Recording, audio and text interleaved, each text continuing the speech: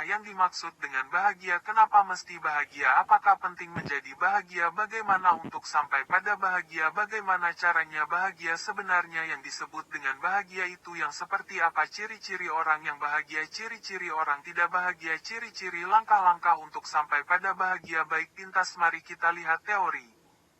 Kalau deskripsi silakan cari sendiri, ada banyak pencetus penemu teori kebahagiaan dari kalangan Barat, Eropa, Timur Tengah sampai Nusantara. Kita coba ambil salah satu contoh dari dunia Barat. Seseorang yang bernama Arthur Schopenhauer begitu terkenal dengan teori kebahagiaannya, pencetus teori bahagia. Dia seorang ahli filsuf yang beberapa tokoh filsuf pun kontemporer dan hari ini banyak menggunakan temuan teorinya dalam rangka mengatasi bad mood-nya sehingga kembali ke posisi seimbang atau sampai pada tingkat bahagia. Kategorikan membuat mencetuskan teori tentang 3 dimensi bahagia.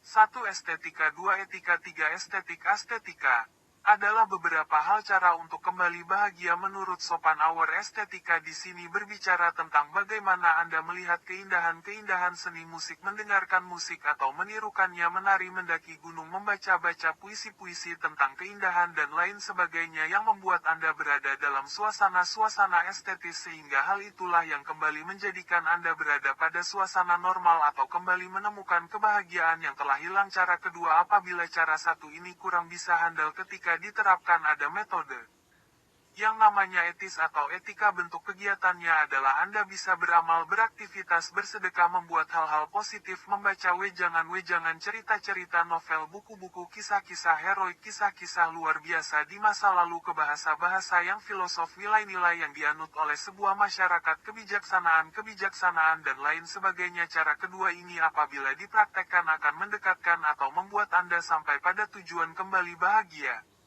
Cara ketiga yaitu dengan aestetik, sering pula disebut asketis. Cara ini adalah apabila cara pertama dan kedua sudah tidak mempan karena mungkin Anda mengalami sindrom atau toksin atau kemunduran yang parah yang sangat sukar untuk terobati, maka cara ini adalah dengan meniadakan kedua itu dari jalur estetika dan etika tapi lebih ke arah jalur meta.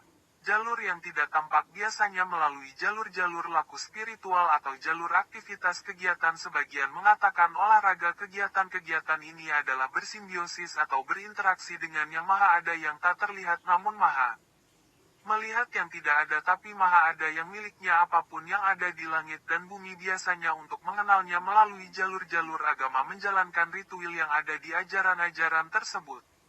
Itulah beberapa hal untuk sampai pada yang disebut bahagia.